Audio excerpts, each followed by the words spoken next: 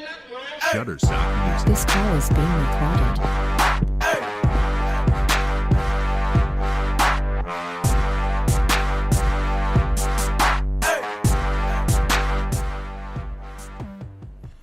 Good evening, ladies and gentlemen, and welcome to another episode of Black College Experience. I am Derek Thomas, one half of your Black College Experience team here in Baton Rouge, Louisiana, and we have with us in Atlanta the founder and CEO of Black College Experience, the one and only Keisha Kelly. It is Keisha Kelly here in Atlanta, Georgia. It is it was a beautiful day, 70 plus degrees outside.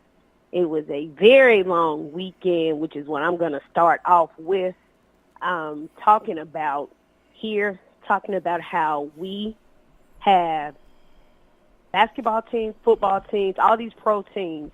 And I'm thinking at the end of the month or in the month of February, there has been a connection with these NBA teams, Atlanta Hawks, the Dallas Mavericks, the Memphis Grizzlies, just to name a couple of them that have done HBCU nights with the schools that are in their areas. And last night here, we had the chance, the HBCU Alliance here in Atlanta has a partnership with the Atlanta Hawks. And last night we got a chance. They did HBCU night, and just to be in that atmosphere, just to be surrounded by so many HBCU alums, to see all of the love, all of the people, it was just amazing.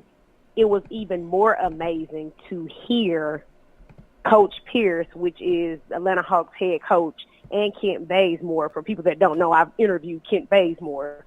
To hear these two people say they are excited about it. They loved what we've done and want to do it again. So to hear that from them, and neither of them HBCU grads, right? It was just overwhelming. It was really exciting. So it was. They even had a panel with Keisha and I Pulliam. They had Stacey Abrams there. It was just a great time. And of course, we got our T-shirt that says HBCU made and has like the Hawks emblem in the middle. So of course, I was super excited about that. But it was, and then it was like an after party after, and it's never awesome. A good after party if I don't get on the camera and do an interview. Had to do an interview. So of course, wherever there's a microphone or a camera, we're gonna get on and do the interview. But it was a great time, and that interview was on Peachtree Hoops. But it was, and I'm just excited to see that they're doing. So I'm trying to be proactive and reach out to other teams. We already had the Hawks and the Braves. I want to see if the Falcons can come up with something, the Atlanta United can come up with something, Atlanta Dream, because it's important for everyone to hear this story. Exactly. And, Morehouse College, their band performed at halftime, and they gave some history on Stacey Abrams. It was just a really great atmosphere for HBCUs last night. Exactly. And like you said, the Braves have done something, the Hawks have done something. Now it's time for the Falcons and the United. And you want to see this where other professional sports teams, where they have HBCUs in the area, invite the HBCU owner out. Because we bring a different flavor. We're going to bring a different attitude when we come and perform. So, it was good to see that. I hope it continues. I think it's great for us. Definitely great for Black College Experience and you, because, of course, you're going to be right there, right smack dab in the middle of it, like you are at everywhere else. Absolutely. So you had a radio interview this past week. So talk to us about your radio interview and some of the things you talked about with your radio interview. I did an interview this week. Of course, I've been in the radio, and if you listen to it, he did say, I was like, my co-host Derek, he said, Derek used to call in, and we used to give Derek the blues, didn't we? And I said, yeah. And somehow we went to talking about the Chiefs, and somehow we got on Super Bowl and all of that other stuff. So, yeah, we did make mention. I was hoping you were listening because we were talking about you as well. But we did. I got a chance to go into 1100. I've been in that radio station in 2 years. And, that's where we did our last show. And it was just good to be back in there and just, again, to share the journey, share the story of Black College Experience, and kind of tell, all the things that we have been doing over the course of time and where I've gone and what's coming up next. So I did get a chance to, as Sky say, reunite. And we got a chance to reunite for the hour and just kind of cover stuff, and I ran into a guy that I absolutely did not remember, and he says, I haven't saw you in so long, and I completely did not know who he was. Big time. And then he said, I remember you used to come in and you used to do sports. He said, I guess you just got too big time for us. You done moved on. And I was like, move it? I was like, I truly didn't remember. I was like, no, I wouldn't say I got big time. I said I got busy.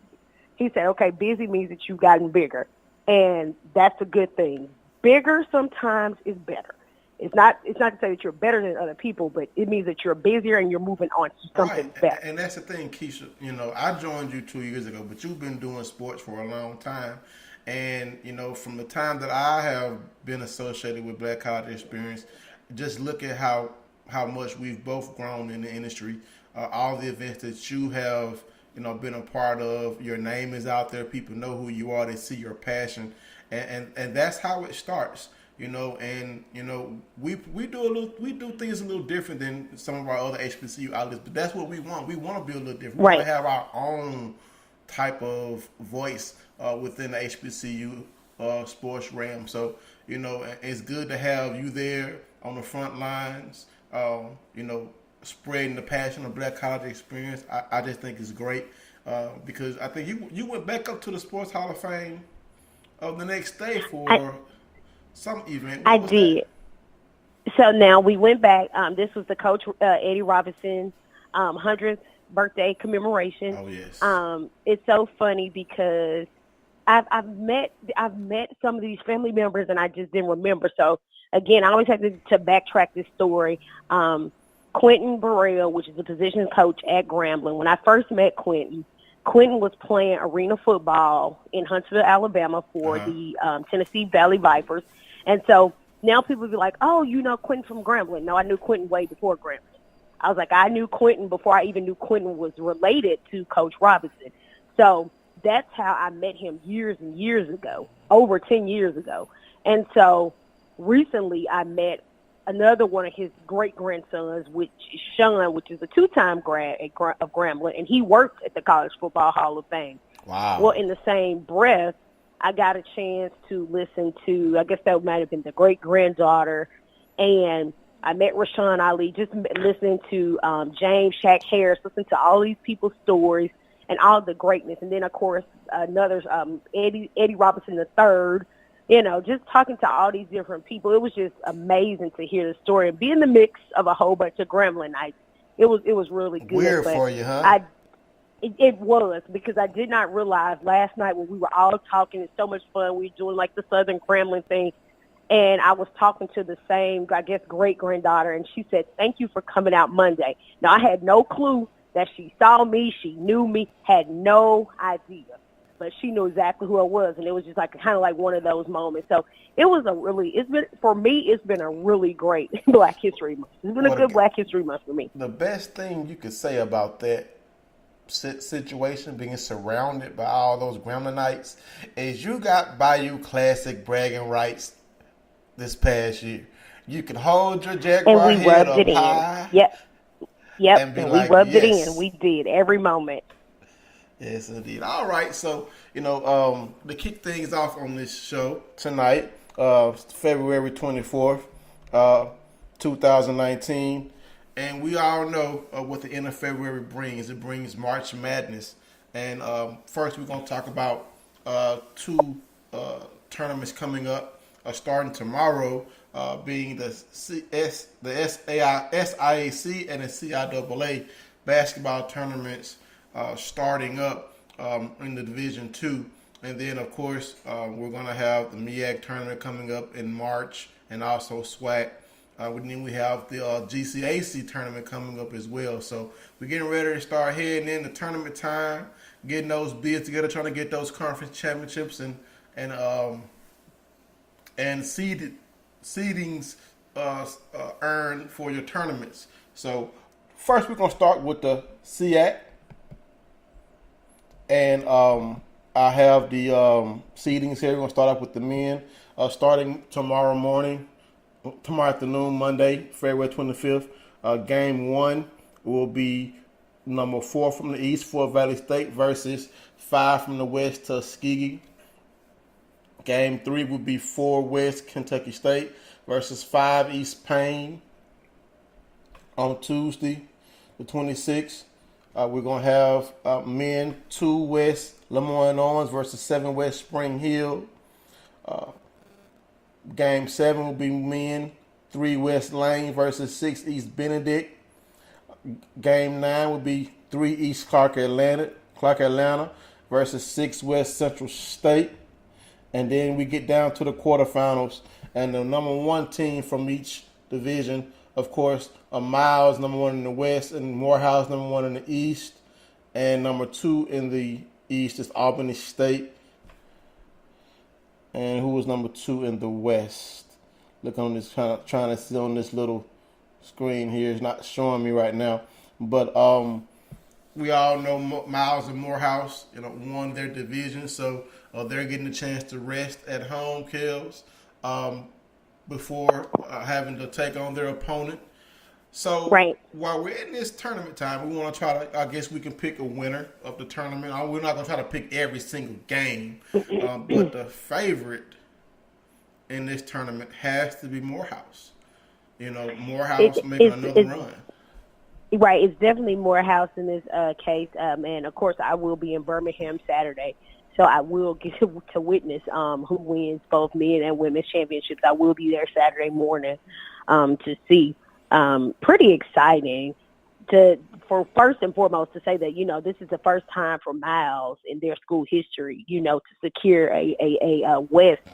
West championship. This is going to be pretty exciting for them. And I just, I told them, I said, this might actually be Miles' year. They secured the football championship, so it might be a run. But I'm definitely looking forward to this. This is Coach Grady going to see if they actually, go all the way this year. Because remember, it was a trip up last year. Claflin got past them. So we're just hoping. And now that Claflin has moved over to the MEAC, we're hoping to see that, okay, this year, Morehouse actually finishes it out. And I think that they will actually be the overall champ. Right. And just looking at the division records, Morehouse went 8-2 in the division. Albany State went 7-3. The rest of the SIAC East was at 500 and below, with Clark at 4-4, Fort Valley State at 4-6, Payne at 3-7, and Benedict at 2-8. Over in the West, though, even though Miles had the tiebreaker over Lemoyne Owens, that they finished with an 8-4 division record, but Lemoyne Owens had a 9-3 record. So the rest of the conference is parity there. And Kentucky State is 8-4, Lane is 8-4, and the rest of the West, Tuskegee, Spring Hill, and Central State all sit at 3-9. So it's parity there. So anyone can upset anyone. Could win at the West. Right. Correct. So because Morehouse, did they win the SIAC last year, or did they get upset? I can't remember. It's escaping me right now. Yeah, so Claflin was who knocked them off. Claflin ended up winning, remember? Right. Claflin was the overall winner, and then for the girls, it was Clark Atlanta. Yeah. So we all know you can do whatever it is the whole season. Once you get to that playoff berth and you get to the championship, anything can happen. So to make it this far, you got to keep the hustle up. And at the end of the day, it's just who wants it more, who wants it baddest, who plays the most, and who plays the most has the best heart in it. So we'll see if they can get past. Because again, last year Claflin stopped them, and then it was we all were kind of like, okay, it was kind of like just like the New Orleans Saints. It's like, okay, you get this far, and then it's like, okay, you get right here, and it stopped. So we'll see. And then when you look at the stats, the top 2 scorers, the top five scorers, 2 of them come from Kentucky State. And, so they're a dangerous team. You have Detalin Battle at 19.3 points a game. And then you have Kevin Hayes at 17.5 points a game. Chevy Hendry is number 2 out of CAU with 18.1. And Jalen McMillan out of Fort Valley State at 18 points a game. So all of the scorers are from teams that are not part of the number 1 seed team. So that lets you know that, there's some ball being played in the SIAC, especially in that West Division. And I want to say Morehouse and Miles is going to have that dream matchup, but I don't know. I'm thinking Kentucky State may come out of the West. I mean, with those two scores, they have two guys who can put it up in the hoop. Whereas most teams may only have one guy. Kentucky State has two guys in the top 5 in scoring in the SIAC. So out of the West, I'm gonna pick Kentucky State to to get to the finals. And I just feel like that team there with the scoring they have out of those two high scores is going to be enough because, like I said, there's parity in the West. So I guess we'll see how that plays out. And in the Morehouse bracket, I am going to pick Morehouse. So I'm picking Morehouse versus Kentucky State in the SIAC championship game. And if that is my pick, then we'll hopefully, I'm going to pick Kentucky State again to upset Morehouse. I'm pretty sure our Atlanteans who are listening probably don't like that pick, but I just think Kentucky State is a very, very strong and balanced team with those two players who can, having a top scorer is always good, but they have two. So when you have two guys who can take over a game, I mean, I just feel like Kentucky State has a balanced attack. So who's your pick to end up in the SIAC championship? And that's going to be the same one, and for the same reasons, Kentucky State. When you have one top scorer, but you don't have just one, you have two. And for that very reason, if they can do what they've been doing, then they'll walk away on that side, dominating. So I'm going to also go with Kentucky State. Yes, indeed. So we're both in agreement here. Before we jump over to the women's side, I want to talk about the players of the week for the men. And and if you look at that sheet, Kels, how the SIAC does it, they have the men and the women on the same sheet. So we're gonna go through the men first. For the men, Omar Alston. Before you do that, okay, let's take a commercial break. Okay, we'll be right back with more Black College Experience after this quick commercial break. I already knew that I was gonna go to college, from a young age. I definitely want to major in political science.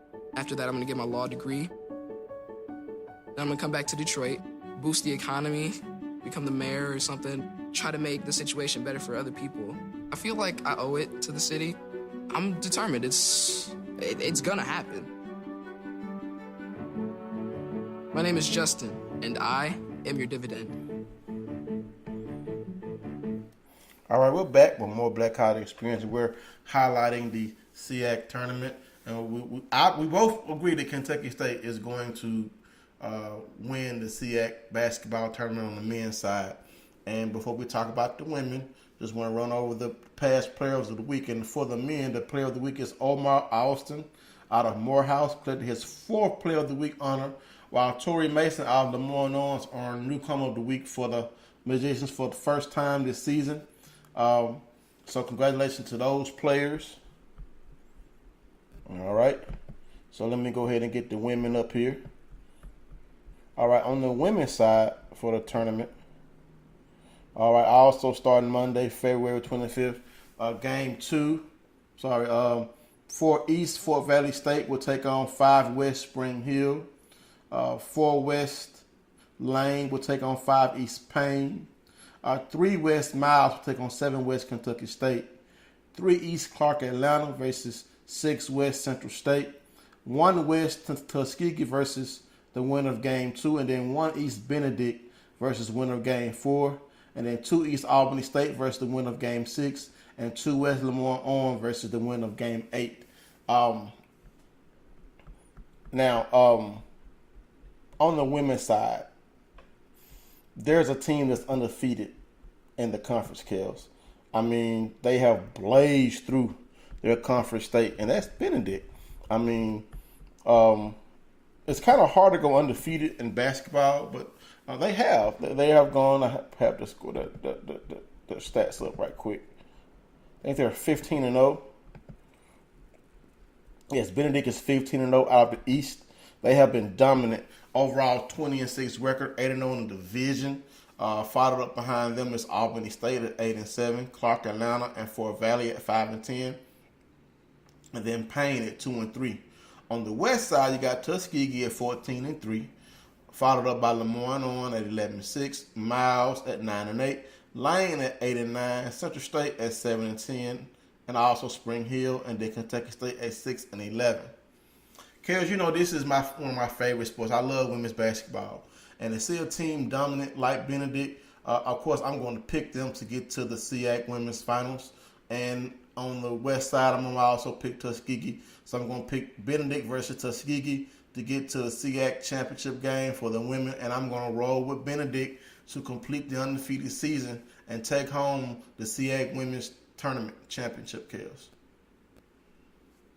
I'm definitely, Benedict is a contender, but I'm definitely not going to knock out Clark Atlanta. I just can't knock out my girls down here from CAU, but it would be good to see Benedict. And like you said, it's pretty hard to go undefeated in basketball. That's pretty impressive. So we'll see, but anything can happen. Exactly. And the top scorer out of the women in the SIAC is none other than Benedict's Ayanna Bay, leading the conference with 23.4 points a game. Donna Gator second out of averaging 19.8 points a game. Tiffany Valentine out of Spring Hill, averaging 18.7 points a game. Alexis Carter out of Tuskegee, averaging 18.4 points a game. And round up the top five is Keandra Archie out of Payne College at 14.7 points per game. Tied with her is Alicia Franklin at Fort Valley State, also with 14.7 points per game. So, you know, I'm rolling with Benedict versus Tuskegee, and Benedict's going to take the title home. I just think they've just shown all year that the SIAC is theirs for the taking, blazing through their conference at 15 and up. Oh, Kels? I'm here. Okay. So, and you're siding with me. You're going with Benedict as well. I'm going with Benedict as well. All right. So we're gonna see how that. So in the men's side, we got Kentucky State, and on the women's side, we're both picking Benedict. So we're gonna see if our predictions are right. You know, I wish PP was on here so we can get a third pick. I said I'm still split. I'm between Benedict and Clark. So. Yeah, by the middle of the week, I might have my final, but it's probably more so Benedict. So, yeah, let me go ahead and just... I don't know. Benedict has been a storm in that SIAC East, and Clark only got 5 wins out of the conference. So, you know, I mean, I know it's different in tournament time, and, of course, you know, we probably going to have some of those heart-stopper one-point games that you love so much. But I just feel like Benedict, you know, with Bay, you know, leading the conference and leading her team, I just feel like they're like a freight train coming through, and everybody else in the CA's got to get out of the way. That's true, but you can also look at a Morehouse that was nationally ranked all season, and we've seen what happened to them. True. So You're right. Anything can happen during a conference. Anything can happen. Again, I'm pretty sure Benedict would win, but again, you can't rule out anything. Anything can happen during this time of the year. I agree with you. I'm not going to say that it can't happen. We know how things can happen. You know, when it comes to, you know, playoff or tournaments, because what you did in the regular season doesn't really count. But you know, the way that Benedict just plays through, they're gonna have to have a real epic collapse. They're gonna have to have an injury. Somebody got to get the flu or something. They've just been a buzzsaw in that SIAC women's division. I mean, I'm pretty sure they could probably get some of our SWAC teams, you know, problems with the overall talent that they have on that team. I'm just not gonna say Benedict just can't be denied. This is their year. So okay, and then what did you say on the guys' side? Oh, we said Kentucky State. Kentucky State. All right, and before we jump over to the CIAA, I'll just run down the women's basketball. I'm sorry. Are we saying Kentucky State for the overall, or are you just saying for the West? No, Kentucky State's going to take home the SIAC men's championship. Okay, so I'm going with Morehouse. You going with Morehouse? I'm going with Morehouse. All right, and we're both in agreement that Benedict for the women, or you think Clark going to upset them? I'll go with Benedict, but no, I'm going with Morehouse for the guys. Morehouse for the guys and Benedict for the women. Okay, so we're in agreement on the women, and we're battling heads with the men. All right, we're going to see, Kel. We're going to see. You know what I'm saying? Head to head, I got a feeling I'm gonna come out ahead 2-0 in the SIAC. All right. So the SIAC, before we go forward, the players of the week, and none other than Ayana Bay out of Benedict. She's a 6'2" sophomore. She helped Benedict to 2 wins, finishing conference play with a perfect 15-0 record. She scored a career high 44 points and grabbed 17 rebounds in an 89-55 win over Clark Atlanta. Last week, the Jersey native averaged 34.5 points per game, 13.5 rebounds per game, 3 blocks, and shot 78% from the floor and 76% from the foul line. Let me stop you, because what you're saying is basically you're going back to say that it's a definite. This person's going to win is what you're saying with the emphasis on Clark Atlanta. I'm not saying that Benedict won't win, but again, I'm going to say, like I keep saying, anything can happen. It's not written because you've had a unblemishable season that you'll automatically win. Anything can happen, not even just saying injuries. Anybody can have a bad game. Anybody can have a great game. You're right. So just because you can take a team that's been 3-13 and they can come out with the championship, you know where they were at. Miles was actually predicted to be last year in football. They were probably predicted to be last or next to last. Guess who won the championship? Miles. So anybody can predict it anywhere, but you can still end up on the other side. It doesn't matter what you do in the regular season. All that matters is once you get to that championship time, what you do on the court at that time. And you're right. And like we just said, that Benedict's Bay was the player of the week. And the newcomer of the week also out of Benedict is Octavia Hawkins, a 5'7" sophomore guard. She got her first honors of the season after posting 3 career highs in scoring points, 18 points, 8 assists, 3 steals, and an 84-67 win over Fort Valley State, and added 4 points and 3 assists in the Tigers win over Clark Atlanta. So that's a 1-2 punch that Benedict has. Can't wait to see how this tournament ends. Kels, you will be there. Probably gonna get us some good video. Probably hopefully some good interviews. Like I said, you everywhere, man. You know you like a little HBCU, man. You always there, and I can't wait to see how this tournament ends. If I'm gonna be right, or if you're gonna be right. Can't wait to see, because it's been a long season on all the conferences, and this is what you play for. You play for that championship. You play to get into that tournament to try and win a national championship. So now jumping over to the CIAA, and let me zoom in because this bracket is not very big. So, all right. So the play-in game would be first game is going to be number 7 South Johnson C. Smith versus Chowan, and then we're going to have Winston-Salem South, the 4 South Winston-Salem State versus 5 South of Elizabeth City State. Then Lincoln, Pennsylvania, the 4 in the north versus St. Albans, number 5 in the south. And Claflin is number 3 in the south. Virginia Union, number 2 in the north. Shaw, number 1 in the south. Fayetteville State, number 6 in the south. Bowie State, number 3 in the north. Virginia State, number 1 in the north. And Livingstone, number 2 in the south. So, Virginia State has been the dominant team here, and this, of course, is the men's tournament. And Shaw on the west side, south side, they've been dominant team over there. So, I don't know. The CIAA in basketball is a very competitive league, and but Virginia State, I'm gonna pull Virginia State to come out of their bracket, and I'm gonna go 1-1, Virginia State versus Shaw. It's gonna be for the CIAA championship. Agree. And you can catch that on the Aspire TV network coming up, and they're gonna be playing in the Bojangles Coliseum Spectrum Center in Charlotte. So can't wait to see who wins that. And on the women's side, before I do that, talk about their records. All right, in the men's side, like I said, Virginia State has a 9-1 Virginia division record, followed by Virginia Union with 7-3. Bowie State at 6-4. Elizabeth City State at 3-7. Also, Lincoln, Pennsylvania at 3-7. Chowan at 2-8. On the southern side, of course, Shaw at 9-3.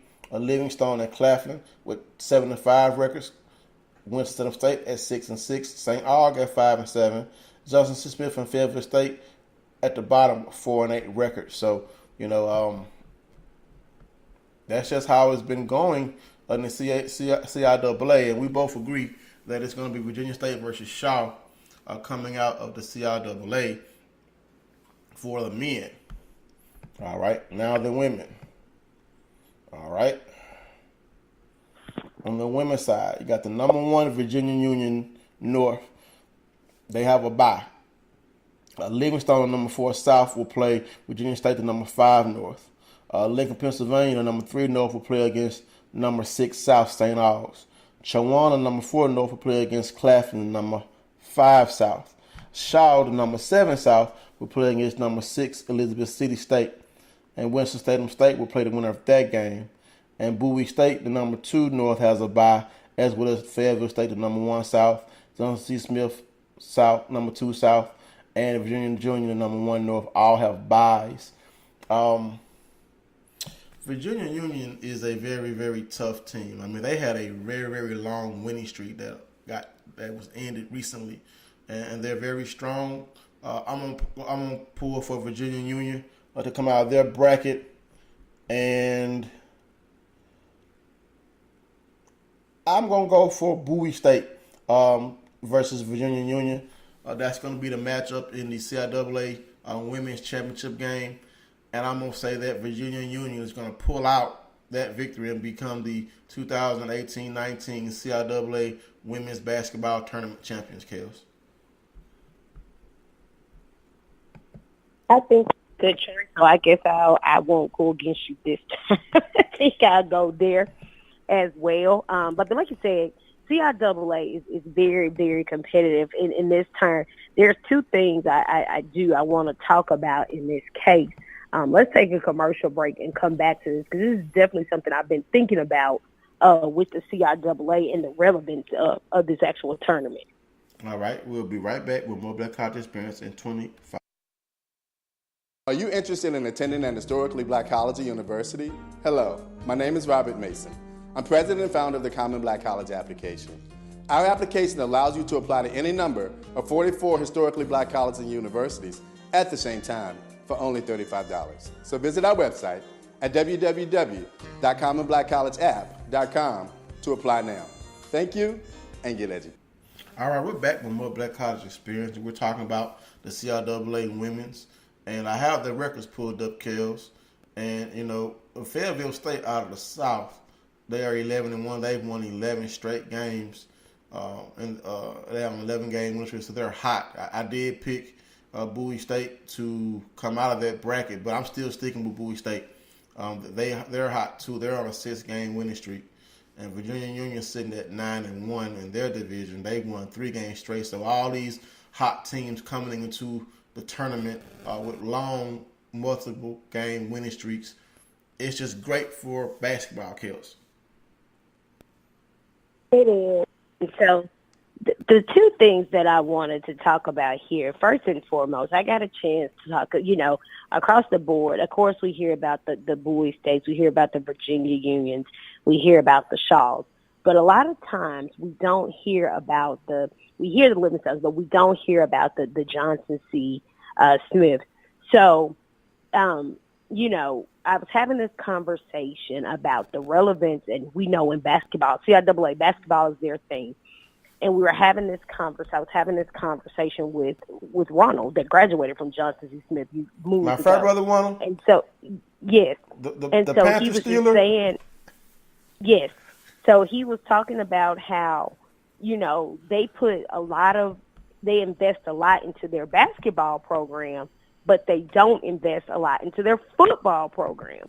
Wow. And I think a lot of times we miss the mark in HBCU athletics, which, of course, is why I came up with the phrase all sports matter. we missed the mark, because if one thing isn't marketable, if one thing isn't generating revenue, one sport isn't doing something, we tend to not, we not focus on it. We don't want to put money into it. And from my understanding, they've upgraded their gym a few times, for the basketball team. But, you never know what year is going to be your year. And that's just how it is.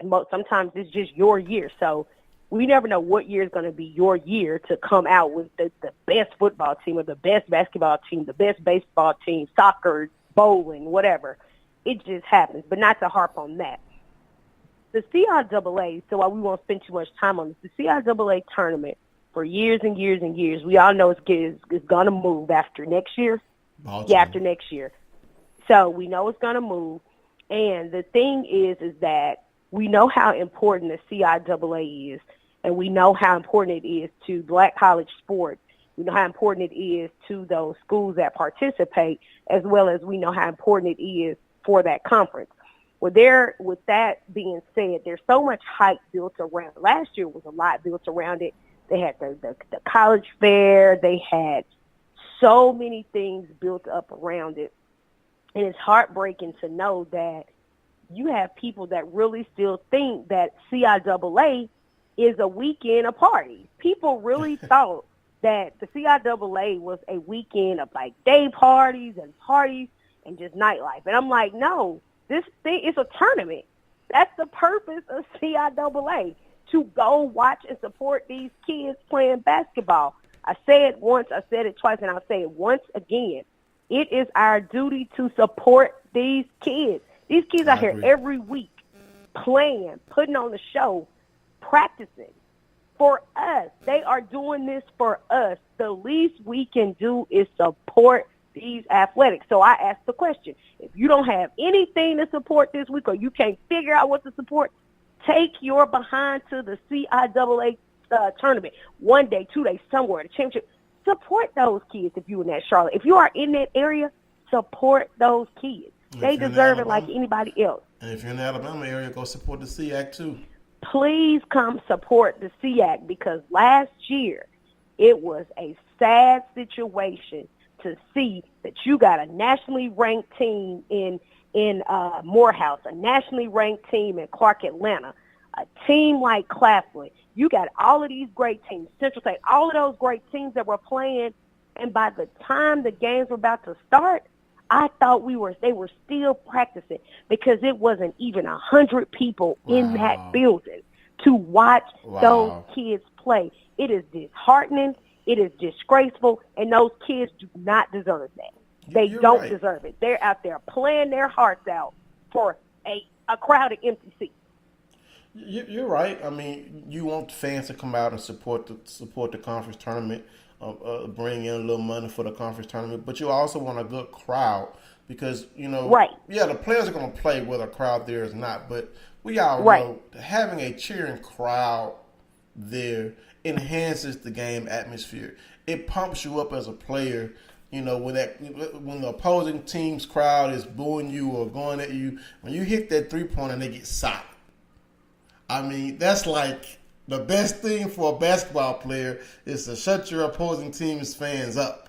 And when you don't have a crowd there, you don't have the element of the game there. And I definitely agree with you. Hopefully more fans will come out and support both of these tournaments. And then with the SWAC tournament coming up in a few weeks, and then also the MEAC tournament and the other HBCU tournaments coming up, hopefully our fans will travel to support our teams, because they do deserve our support, to come out and support them, cheer them on, and watch history being made, as winning a championship, Kels. That's what it's all about. It is. So, but before we jump over to the SWAC and the MEAC, we have two other HBCUs that are playing their way into the postseason, and the Sooner Conference. Number 4 Langston at 21-9 will take on number 5 Oklahoma City, and in the Southern States Athletic Conference. Let me scroll down here.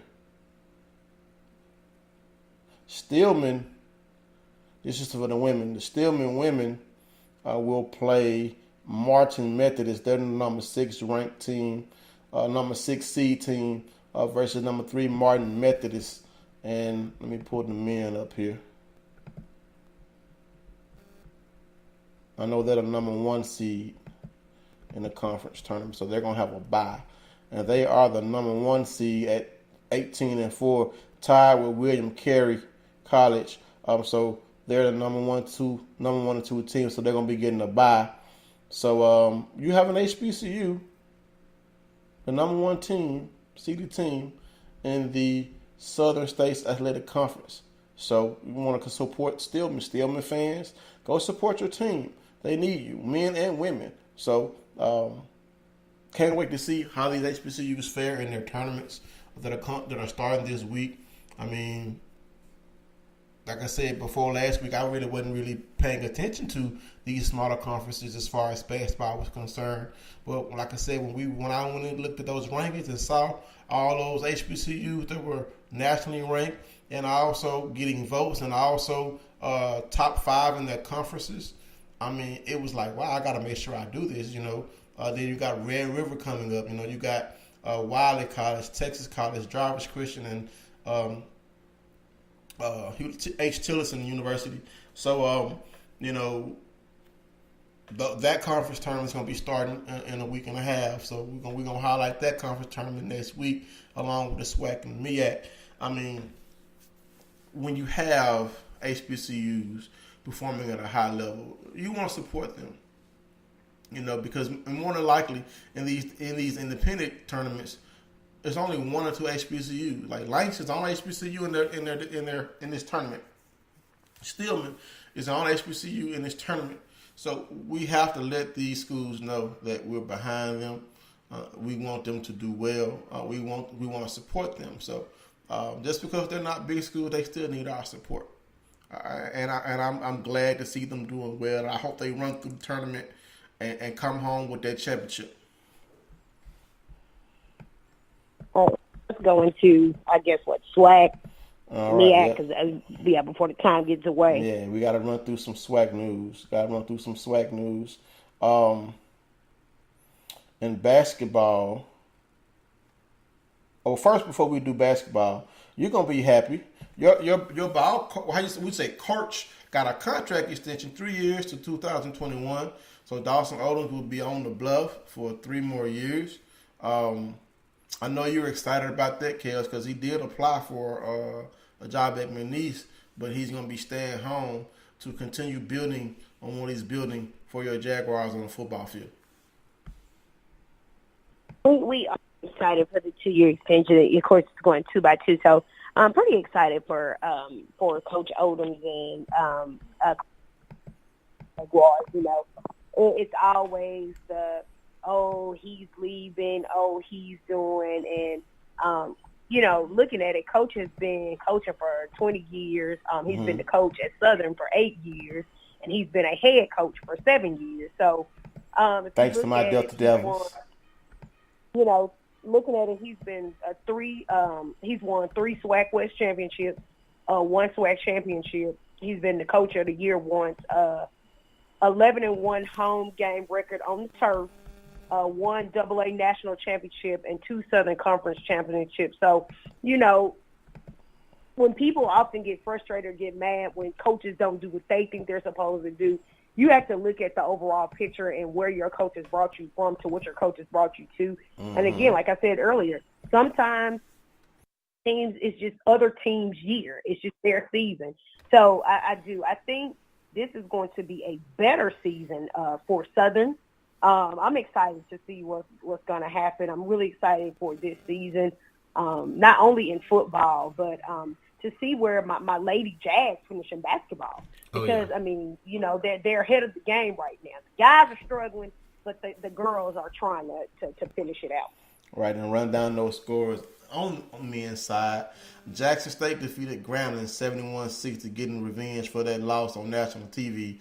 Your Jaguars got a win over Alabama A&M, Kel. So, Coach Sean Woods trying to eke his Jaguars into that tournament, defeating Alabama A&M 59-49. Alcorn defeated Alabama State 74-69 in overtime. my Delta Devils fell to Prairie View 69-63, a hard-fought win for Prairie View. Keeps my Delta Devils from getting another win. And Texas Southern blew out UAPB 94-74. Just to run down the SWAC standings right now, Prairie View sits at 12-1 in the conference. Texas Southern at 10-3. Alabama State at 8-5. UAPB at 8-6. Grambling State and Jack State tied at 7-7. Alcorn at 5-9. Alabama A&M at 4-9. The Jags, your Jazz Kills at 4-10. My Delta Devils at the rear, 3-11. Now, I think it's the top 8 teams make it to the tournament, Kels. Correct.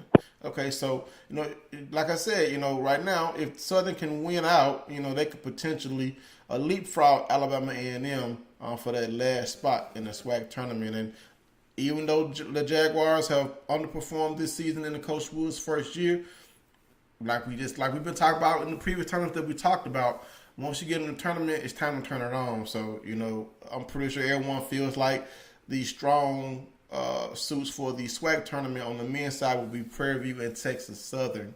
So, I guess we can, see how that works. And before we jump over to the women's side, on the men's side for the Player of the Week, for a third consecutive week, Jeremy Combs, a 6'7" graduate out of Dallas forward, has been named the Southwestern Athletic Conference Men's Player of the Week after posting standout efforts and wins over Grambling State and Jackson State. Combs posted 26 points and 11 rebounds and a pair of steals during Texas Southern's 86-85 win over Grambling, converting the game-winning leg with 4 seconds left. The graduate transfer followed that game up with a career-high 33 points to go along with 17 rebounds during a 77-65 victory over Jackson State University. I mean, he's been heating it up, shot 80% from the floor in that Jackson State game. I mean, 33 points, 17 rebounds. I mean, he's a scoring and rebounding machine, playing like Charles Barkley in college ranks. Now, on the women's side,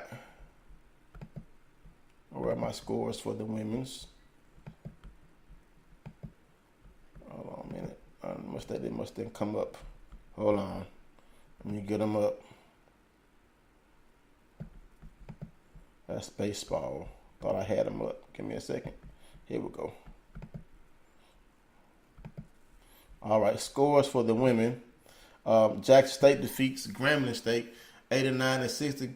Tamika Reed getting the Lady Tigers running the form. I mean, I wouldn't have thought that Jackson State would have been able to beat up Grambling like that. I mean, especially with Shakila Hill being a dominant player as she is, but Jackson State women defeating Grambling by 29 points. I didn't see that coming, Kels. What about you?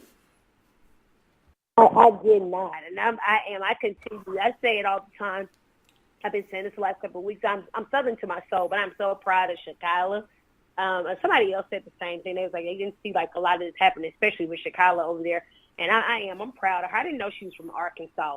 Mm-hmm. Really proud of her, and I'm ready for her to break these records. But right. I didn't see that either. And looking at where Grambling was last year and dominating, I was really shocked as well. Where's the men's basketball team?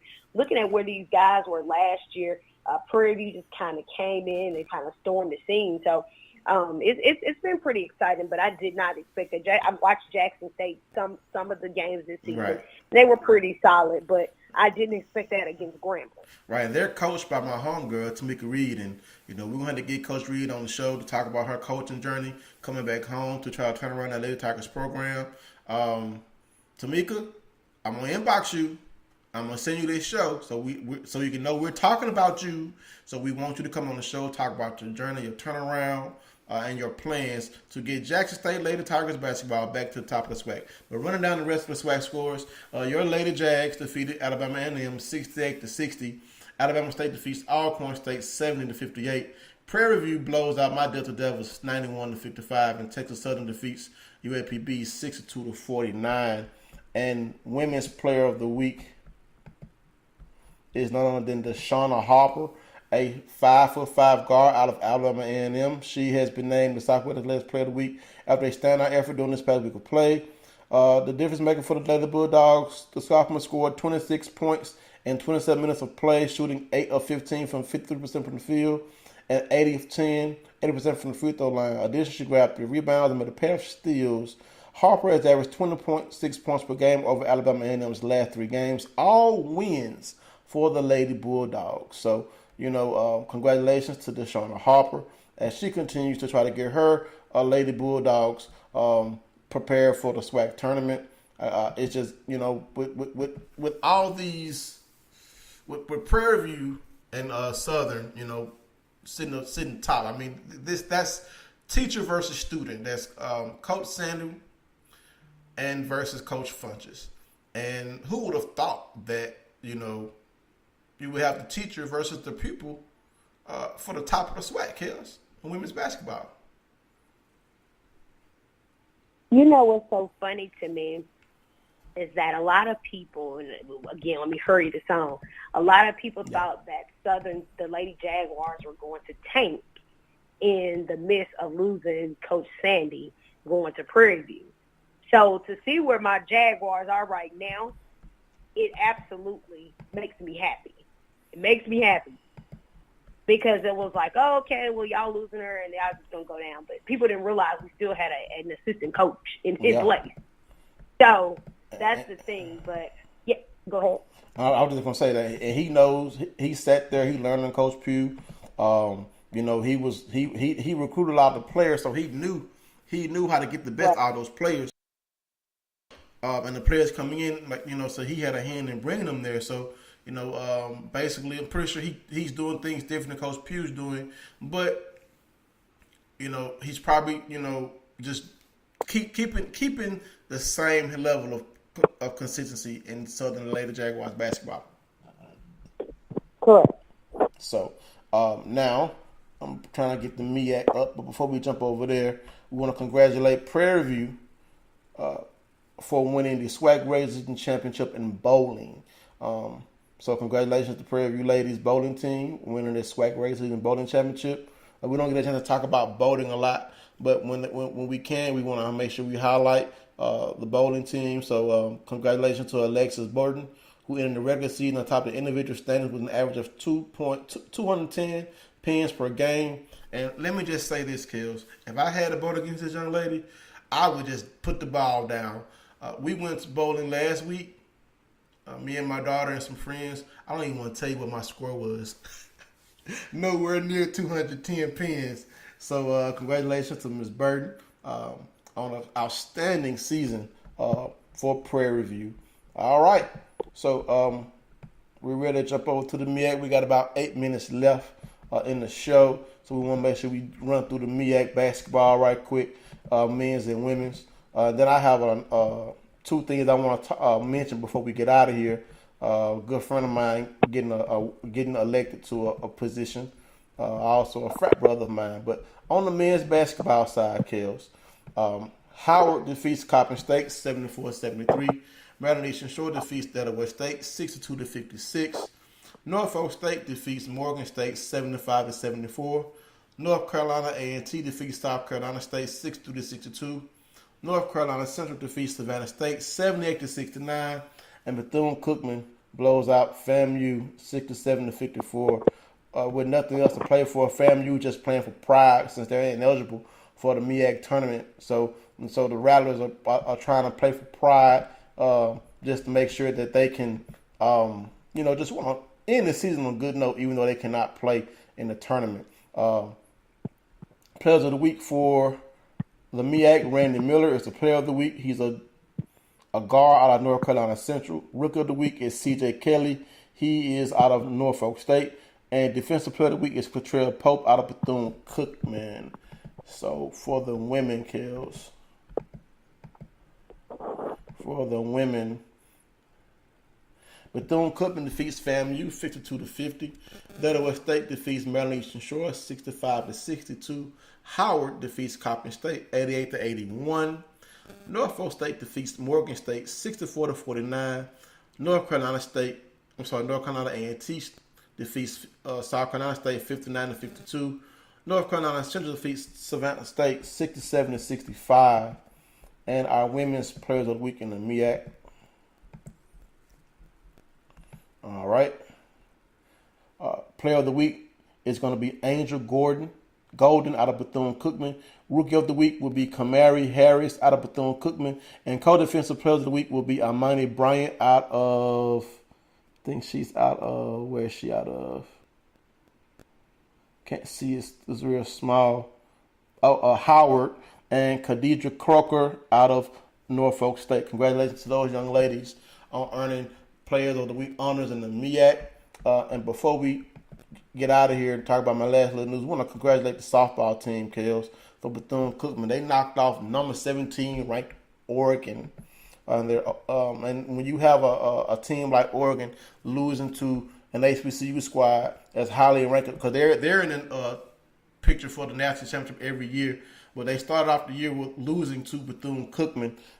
So congratulations to Bethune-Cookman with a 5-3 upset over number 17 Oregon on Thursday afternoon. It's great when you can win against a bigger school. It's even greater, Kels, when you can beat a nationally ranked squad, Kels. Absolutely. And we know, like I said, we definitely have to get in contact to get somebody on that has, plays fast pitch, that plays softball, because it's very exciting to watch. It's one of the more exciting women's sports to watch. Basketball is cool. The that fast pitch is definitely something yes. that you want to watch. But continuing on, before we run out of time, securing the deal. Of course, MEAC, their hashtag, I back to MEAC. Watching the indoor track and field this weekend, I kept up with most of it. I knew that they would be in Maryland because I talked to the people that market the MEAC. I actually met their whole team last weekend, and they're like, "We're headed to Maryland." Well, FAMU was pretty high, but of course, North Carolina A&T wasn't allowing it. North Carolina A&T did come out on top. They did come out winning as champions once again. Men and women for third triple sweeps for North Carolina A&T men's and women's track teams. 3 straight titles. And while we're talking about that, let's go here to Alabama State as well. I have to just give again. I know we talked about them last week, but we got to give a shout out to Alabama State. This is 11 consecutive track and field championships from 2009 to 2019. That's very impressive. And then 3 consecutive championships for the guys. But for the women, 2009 to 2019, that's 11 championships. So to say that's impressive is an understatement. Mm-hmm. I always say they have the most complete team. That's just complete domination when it comes to the track and field. Yes, indeed. And I have to let this last little nugget in. His name is Coach Richie Bean. And guess what fraternity he's a part of, Kels? Okay, we know he's a Sigma because you asked. He's a Sigma. And I was trying to find that post where my other frat brother, Chico Hodge, posted about his championships. Okay, here we go.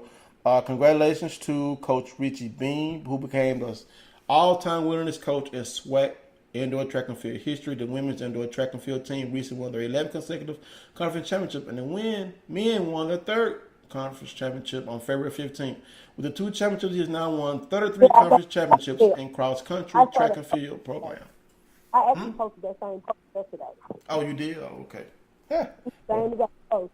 That's what made me think of it when you started talking about the 3 consecutive championships with the MEAC, because I was like, wait, it's simply impressive. That's a lot of championships. And then he's holding this picture of him with all of those rings. He's the Lord of the Rings. When we get him on here, I'm going to try to get him on here. And I messaged him, congratulating him on his team. Then when I found out he was my frat brother, I messaged him. He is basically the Lord of the Rings. We're going to have to play some Lord of the Rings music when he comes on. But before we get out of here, there's 2 things I want to talk about. And that is Fayetteville State Nursing School. The NCLEX, they have a 100% passing rate for the National Council Licensure Examination for Nurses. That's the 2nd time in 3 years that the program has moved 100% of a nursing cohort into certification upon leaving the university. That's unprecedented. That is great because you don't see that often, Kel. That means every nursing student who took the test passed. That is great. And the last thing I want to talk about is while I was doing some research for some topics to talk about, I found this article about a Howard professor named Omari Swinton, who was named president of the National Economic Association. And when I looked at that name, Kels, I said, Omari Swinton. I went to junior high with a guy by the name of Omari Swinton. And turns out this is the young man, well, a guy who I grew up with, who has gone on to do big things. He's a doctor, PhD, now the president of the National Economic Association. He's an economic professor at Howard. And what the NEA is, it promotes research that has shaped the public policy and provide an outlet for research that addresses racial and gender inequality. So, you know, I haven't seen Omari since junior high. So imagine, Kels, me just doing a search for HBCU topics. So actually find an article of someone that I know. You know, when we were in junior high, my mama told me that, you know, in the honor society, it was me, him, and a couple other guys. We were the only boys in the honor society. So congratulations to you, Omari. You're doing great things. And, you know, and he's also a Sigma as well. So us Sigma's doing big things. And congratulations. I hope you do well with your presidency in the National Economic Association. So, Kels, go ahead and close us out. Okay, so the last two things, of course, three things. Of course, I will, again, be in Birmingham this weekend. I'm very excited about that, to see the SIAC championship, get a chance to, again, connect with Tyler Williams and connect with those people from the SIAC. They really take care of me when I'm around the SIAC. They honestly do. Nothing ever bad to say about them. Second thing is we have been, and we will continue to stand with Ben in college. For people that have been following the story, we have actually been on this in December. This was the fight that they actually had their meeting with the board of SAC. SAC did deny them accreditation. Just to say the least, that they raised $9 million. SAC did not consider that. Thank God for a judge in the city of Atlanta that reinstated their accreditation. To say the least, that I took this personal because you have Dr. Dawkins. This is a black woman. This is a black woman that is fighting her tail off. You got 11,000 different donors. I said that, listen to that again. 11,000 different donors that help you reach $9 million in a 5-week time frame, or somewhere in that process, $9 million, and you deny accreditation.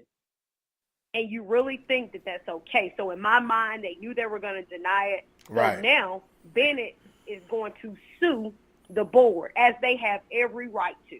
Exactly. And again, I stood with them then, and I'm continuing to stand with them. This is a process.